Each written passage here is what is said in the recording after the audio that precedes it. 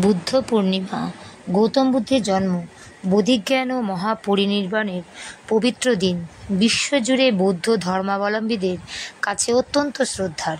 এই দিনটি শুধু একটি ধর্মীয় উৎসব নয়, বরং মানবতার জন্য একটি উপলব্ধির দিন। আজকের সমাজ ক্রমশ ভোগবাদ, হিংসা, বিদ্বেষ ও বিভাজনের দিকে এগিয়ে যাচ্ছে। এই অস্থির সময় বুদ্ধের অহিংসা, মধ্যমার্গ, করুণা ও সম্যক দর্শনের বাণী আমাদের জীবনে দিশা দেখাতে পারে।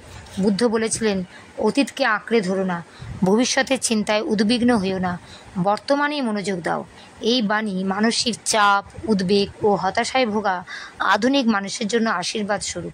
শান্তি চাই? বুদ্ধ বলেন, প্রথমে নিজের মন শান্ত করো। সমাজে ন্যায় চাই? আগে নিজেকে সৎ করো। এই আত্মজয়ই সমাজ পরিবর্তনের প্রথম ধাপ।